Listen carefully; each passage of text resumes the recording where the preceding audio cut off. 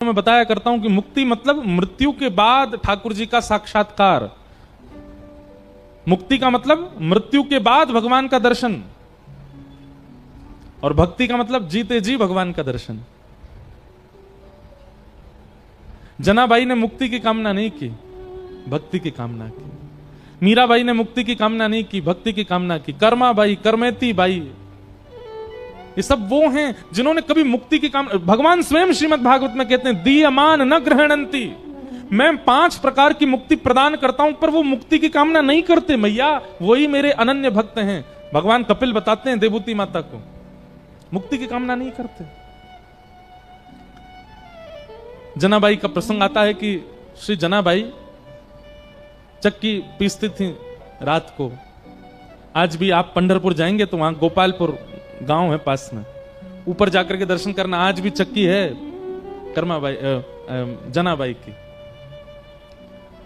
तो जनाबाई का नियम था कि जब वो चक्की पीसती थी ना, तो पीसते पीसते गाती थी, और वो स्वर इतना अच्छा लगता था ठाकुर जी को, इतना प्रिय लगता था कि ठाकुर जी आधी रात में मंदिर से भाग करके आते थे जनाबाई के पास, और ठाकुर जी बैठ करके सुनते थे जनाबाई चक्की पीसती थी। अब मुझे अभंग तो याद नहीं है मराठी के,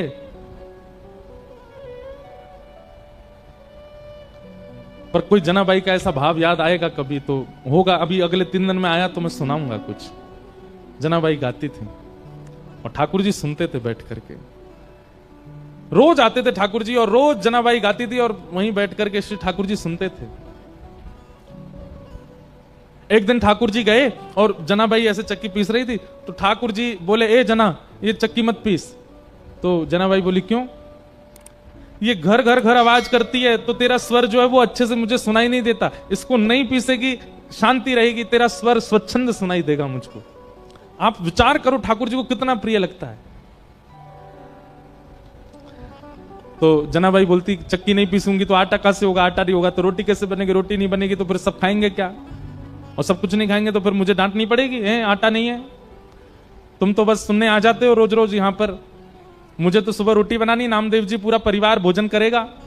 नामदेव जी की यहां सेवा करती थी ना जनाबाई। चक्की नहीं रोकती, पीसती रहती, गाती रहती। ठाकुर जी बोले, नहीं नहीं चक्की रोको, मुझे तुम्हारा स्वर सुनना है। तो जनाबाई बोलती, थोड़ा सा रह गया है, एक काम करो, अब मैं पीसूंगी तो धीरे धीरे चलेगा, तुम भी हाथ लगाओ थोड़ा सा। तो ठाकुर जी हाथ लगाते जनाबाई के साथ और साथ में बैठ करके दोनों पीसते, और पीसते पीसते जनाबाई गाती, ठाकुर जी को सुनाती। अब जब ठाकुर जी हाथ लगाते जनाबाई के साथ चक्की पिसवाते, तो ठाकुर जी इतने सारे गहने पहन के रहते हैं, वो गहने सब आगे पीछे जब ठाकुर जी हिलते तो गहनों की आवाज आती। जनाबाई बोलती, अब मेरी चक्की परेशान नहीं कर रही, तुम्हारे गहने परेशान कर रहे हैं। तो ठाकुर जी अपने सारे आभूषण उतार करके किनारे धर देते कि जनाबाई का स्वर मैं सुनता रहूं, इस स्वर के बीच में कोई और बाधा नहीं आवे। और ठाकुर जी अपने सारे आभूषण उतार करके किनारे में धरते और जनाबाई के साथ धीमे धीमे चक्की पिसाते और जनाबाई गाती। अब जनाबाई का तो पद याद नहीं, पर मीराबाई का एक पद याद है।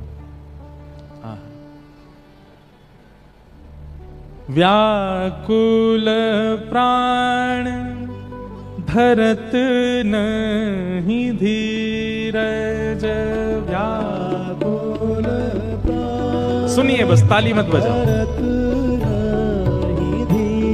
हाँ, व्याकुल प्राण धरत नहीं धीरज, व्याकुल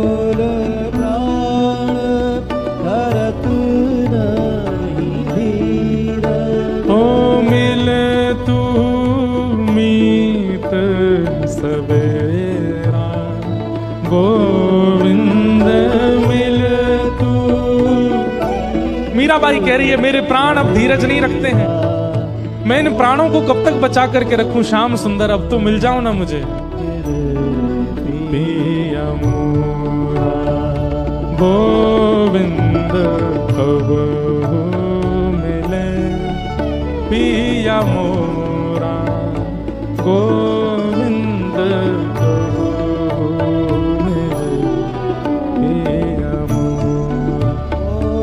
देखो ये भी एक संयोग है, मीराबाई का पद है पर नेत्र बंद करके दिख जनाबाई रही। जनाबाई चक्की पीस रही हैं, ठाकुर जी हाथ लगवा रहे हैं, अपने सारे गहने उतार करके ठाकुर जी, कोई आवाज ना हो, हाथ के अपने स्वर्ण के कड़ूला भी उतार दिए, पैर की पाजेब, क्योंकि ठाकुर जी हिलते हैं तो आवाज होती है। स्वच्छंद जनाबाई का स्वर मेरे कान में जाना चाहिए, और ठाकुर जी नेत्र बंद करके जनाबाई के स्वर सुनते हैं। जनाबाई कहती है, कुछ भोजन किया आपने? ठाकुर जी कहते हैं, हाँ किया। क्या पाया? विठल भगवान कहते हैं, पूरन पोली पाई। अच्छा पूरन पोली पाई? बोले हाँ। और कल क्या खाया था आपने? ठाकुर जी बोले, कल भी पूरन पोली। परसों क्या खाया था? और छोटी सी जनाबाई, उसको कुछ और तो आता नहीं बात करना, ठाकुर जी से ऐसी बात करती है, सहज बात। आज नहाए थे, पानी गर्म था कि ठंडा था, ऐसे पूछती है। एक बात लिख लीजिएगा भैया, ठाकुर जी चतुरों को नहीं मिलते, सरल को मिलते हैं, सहज को मिलते हैं, जो ज्यादा जानता ही नहीं दुनियादारी, उसको मिलते हैं ठाकुर जी। जनाबाई कहती, परसों भी पूरन पोली खाई थी? बोले हाँ। और उससे पहले? बोले उससे, जब से मंदिर में बैठा हूं तब से पूरन पोली खाता हूं रोज। जनाबाई के नेत्र आंसू आ गए, बोले मुझे कोई रोज पूरन पोली खिलाए, मेरा तो मन नहीं करेगा।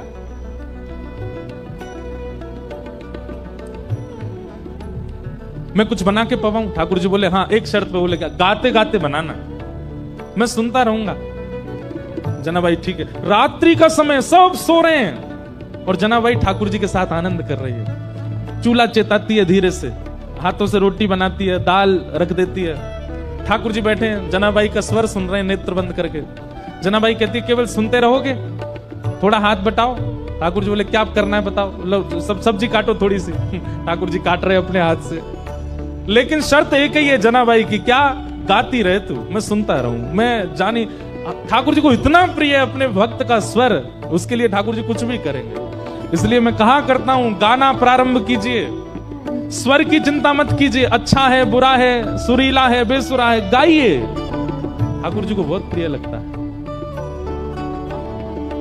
कब हो मिले पिया मोरा गोविंद, कब हो मिले पिया मोरा गोविंद, कब हो मिले पिया मोरा गोविंद, कब हो मिले पिया। प्रसाद शुद्ध कर देती है जनाबाई, ठाकुर जी के आगे जब पधराती है, ठाकुर जी पाने बैठते हैं। अच्छा पेट भरा हुआ है ठाकुर जी का, प्रसाद पाके आए मंदिर से, लेकिन जना ने बनाया है और गाते गाते बनाया है, इसलिए ठाकुर जी लोभ में पा रहे हैं। और बीच बीच में जनाबाई के कुछ मन में आ जाता है, ऐसे नहीं ऐसे पाओ, अपने हाथ से तोड़ के खुद खिलाती है और ठाकुर जी पाते हैं उसके हाथ से। ये मुक्ति में प्राप्त नहीं हो सकती स्थिति, ये तो भक्ति में ही प्राप्त होगी। मुक्ति में तो क्या होगा, वैकुंठ में एक जगह मिल जाएगी, बैठे रहो वहां पे। पर भक्ति में तो जीते जी अभी इसी अवस्था में, इसी स्थिति में, इसी काल में, इसी जन्म में ठाकुर जी प्रत्यक्ष सामने आ जाएंगे और वो सब अनुभव प्रदान करेंगे जो सब भक्तों को प्राप्त होते हैं। और बहुत अच्छा चरित्र है जनाबाई का। इसके बाद की लीला थोड़ी सी हृदय को थोड़ी पीड़ा तो देती है, पर है लीला। फिर ऐसा हुआ कि सुबह का समय हो गया, ठाकुर जी बैठे रहे पूरी रात। इतने में ही मंगल बाजे बजने लगे, घंटे घड़ियाल बजने लगे। पंडरीनाथ भगवान की मंगला आरती, उसको काकड़ा आरती बोलते हैं, काकड़ा आरती का समय हुआ। ठाकुर जी बोले, ए जना, मैं तो भूल ही गया। बोले क्या हो गया? बोले मंदिर में आरती होने वाली है। तो जना भाई बोली, जल्दी जाओ, मंदिर जाओ। और जना भाई थोड़ी भावुक हो गई। ठाकुर जी बोले, तू क्यों भावुक होती? बोले पूरे दिन कल सोए नहीं, रात भर मैंने सोने दिया नहीं, अब फिर से दिन में जाके उठ जाओगे, ठंडे ठंडे पानी से सब तुमको नहलाएंगे, तुमको दूध से नहलाएंगे, बिल्कुल आराम नहीं करने दिया मैंने। ठाकुर जी बोले, तू भी तो नहीं करेगी तो मैं भी नहीं करूंगा। इतना सुख ठाकुर जी जनाबाई को। तो जना तुरंत ठाकुर जी जाने लगे तो जनाबाई से बोले, ए सुन, तू अपनी सॉल दे दे। क्यों? ऐसे जाऊंगा तो सब पहचान जाएंगे मुझको, वहां पुजारी पंडा सब भारी खड़े होंगे, थोड़ा ढक के जाऊंगा खुद को तो किसी को पता नहीं चलेगा। और जनाबाई की सॉल लपेट करके श्री पंडरीनाथ भगवान पहुंचे मंदिर। बाहर पंडा पुजारी खड़े थे चुपचाप, ठाकुर जी मुंह ढक ढका के भीतर घुस गए। पंडाओं ने सोचा कोई होंगे, भीतर के सेवक होंगे। और भीतर जाकर के ठाकुर जी जैसे ही अपनी वेदी के ऊपर खड़े हुए ही थे, इतने में ही कपाट खुल गए। सॉल उतार ही नहीं पाए ठाकुर जी, और ऐसे जैसे खड़े भये कपाट खुले, सब लोग जय जयकार करने लगे, पंडरीनाथ भगवान की जय, रुक्मणीनाथ भगवान की जय। वहीं दर्शनार्थियों में नामदेव जी खड़े थे। नामदेव जी ने जैसे ही ठाकुर जी को, नामदेव जी का नियम था रात्रि शयन के दर्शन करके जाते थे, फिर सुबह मंगला में आते थे। रात्रि शयन में ठाकुर जी इस सॉल में तो नहीं थे। और नामदेव जी के घर में ही सेवा करती है जनाबाई, और जनाबाई की सामग्री नामदेव जी को पता है वो क्या पहनती है। नामदेव जी तुरंत बोले ये सॉल तो मैंने कहीं देखी है जो पंडरीनाथ पहने, रात में तो नहीं थी, ये सुबह कहां से आ गई। नामदेव जी बोले कहां देखी कहां देखी कहां देखी, सोचते सोचते सोचते उनको याद आया, अरे ये तो हमारे घर में सेविका जना पहन के घूमती है, ये तो वही सॉल है। उसकी कढ़ाई आदि बिल्कुल वैसी थी। तो कई बार आश्चर्यचकित वस्तु दिखती है तो आप अचानक से बोल पड़ते हो, और नामदेव जी बोल पड़े ये तो जना की सॉल है। अब नामदेव जी जितनी देर सोच रहे थे उतनी देर वैसे ही मंदिर में बड़ी भगदड़ हो गई थी। क्यों? क्योंकि जैसे ही कपाट खोले और ठाकुर जी का जब दर्शन किया तो ठाकुर जी के जितने आभूषण थे वो थे ही नहीं। क्यों? ठाकुर जी तो रात में वहीं चक्की पर छोड़े आए थे जनाबाई के पास में, और यहां सब मंदिर में भागदौड़ होने लगी। बोले अरे ठाकुर जी के आभूषण कहां है, आभूषण कहां। और इसी समय नामदेव जी सोच रहे थे सॉल किसकी है, और अचानक से उनके मुख से निकला ये सॉल तो जना की है। सारे पुजारियों ने रुक के कहा, क्या कहा? ये सॉल जनाबाई की है? बोला हाँ। इसका मतलब आपके यहां जो जनाबाई है वही आकर के और यहां पे जो है सब चोरी करके चली गई, ठाकुर जी के सब आभूषण ले गई। किसी ने भी सदविचार नहीं किया, सबने दुर्विचार किया कि जनाबाई सब ठाकुर जी के आभूषण चुरा के चले गई। यहां जनाबाई रात भर का जो उसका अनुभव था उसको आनंद ले रही थी, स्नान ध्यान करके आज बड़ी प्रसन्न है, तिलक लगाती है, सुंदर साड़ी पहनती है और बढ़िया सुंदर अपना गजरा बांधती है। ठाकुर जी ने रात में जो सुख दिया उसको भूल नहीं पा रही है। और इतने में ही सब पुजारी आ गए, और पुजारियों ने आकर के कहा ए जना तू ठाकुर जी के आभूषण चुरा के लाई। जनाबाई को अचानक याद आया, बोले अरे रात में चक्की पीसते समय आवाज हो रही थी तो उन्होंने उतार के चक्की के पास ही रख दिए थे। अब जनाबाई इतने लोगों को कैसे समझाए? प्रेम का यह स्वरूप है कि वो संख्यकों को नहीं समझाया जा सकता। अब जनाबाई बोलती कि वो आए थे पिसवा रहे थे, कौन सुनने को तैयार होता उस समय? पुजारियों ने कहा ऐसे नहीं बताई कि ढूंढो, अंदर जाकर के सब देखा तो चक्की के पास ही ठाकुर जी के आभूषण मिल गए। ठाकुर जी की लीला कैसी विचित्र है, कभी कभी तो गुस्सा आ जाता है ठाकुर जी पे, ऐसा क्यों करते हैं ठाकुर जी, खुद ही छोड़ के गए सारे आभूषण। सब पुजारियों ने जनाबाई को घेर लिया, बोले कि इसने हमारे ठाकुर जी के आभूषण चुराए हैं, इसको दंड मिलना चाहिए। जनाबाई नीची नजर करके नेत्रों से अश्रु गिर रहे हैं पर मन से बड़ी प्रसन्न है। वाह पांडुरंगा, बड़े नटखट हो, रात में लीला करते हो, सुख देते हो, प्रेम करते हो, और फिर सुबह ऐसे सबके बीच में आरोप लगवा रहे हो। लेकिन भक्त का स्वभाव होता है तेरे फूलों से भी प्यार, तेरे कांटों से भी प्यार, तू जो भी देना चाहे दे दे मेरे करता, सब स्वीकार। और पंढरपुर में एक घनघोर बादल ने आकर के आक्रमण किया। सब लोगों ने निश्चित किया कि जनाबाई को सूली पर चढ़ा दो, इसने ठाकुर जी के आभूषण चुराए। लोगों को पता चले कि पंडरीनाथ भगवान की किसी भी वस्तु का हरण करने से क्या होता है। थोड़ा सा रोष किया जनाबाई ने। पंडरीनाथ के सामने जनाबाई कहती हैं, बोले कि नाथ मुझे सूली पर चढ़ने में दिक्कत नहीं, पर कल को आपके भगत बहुत डरेंगे। जैसे रात में मेरे घर आ गए थे, मैंने तो द्वार खोल के भीतर बुला लिया था, कल को किसी और के घर जाओगे तो कोई द्वार खोलेगा नहीं। आपका क्या पता कहीं कड़ूला छोड़ के चले जाओ, कहीं मुकुट छोड़ के चले जाओ, सुबह आरोप लगे तो। लेकिन जनाबाई क्रोध तो कर रही है लेकिन प्रेम में कर रही है, ठीक है पर मुझे स्वीकार है। किसी ने प्रश्न किया नामदेव जी ने क्यों नहीं रोका? क्योंकि नामदेव जी जान गए थे कि ठाकुर जी अब जना को संसार में नहीं देखना चाहते, उसको अपने नित्य निकुंज में बुलाना चाहते हैं, वो सदा उनके पास रहे, ठाकुर जी की वो इच्छा है। सब लोगों ने सूली बना दी और जनाबाई को उस पर चढ़ा दिया।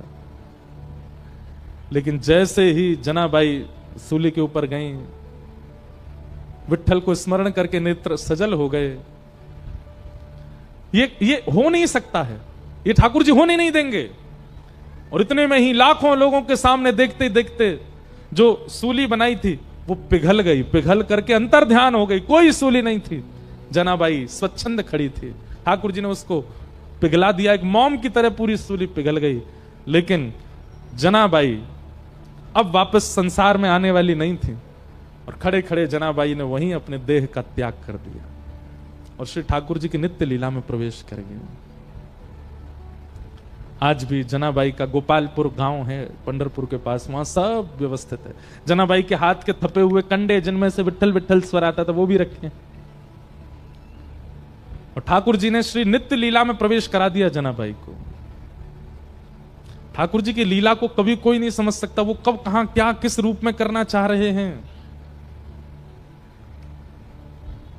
नामदेव जी के नेत्र सजल हो गए और पता चला कि श्री जना जो है ये तो ठाकुर जी की लीला में जा चुकी है। मुक्ति मृत्यु के बाद भगवान का दर्शन कराती है, पर भक्ति तो जीते जी ठाकुर जी का अनुभव करा देती है, ठाकुर जी का संग करा देती है। श्रीमद् भागवत का उद्देश्य मुक्ति प्रदान करना नहीं है। आप अन्य साधन, अन्य ग्रंथ, अन्य स्थानों पर जाकर के मुक्ति की कामना से कुछ भी करिए, भागवत जी तो केवल भक्ति प्रदान करती है, भक्ति प्रदान करने वाला ग्रंथ।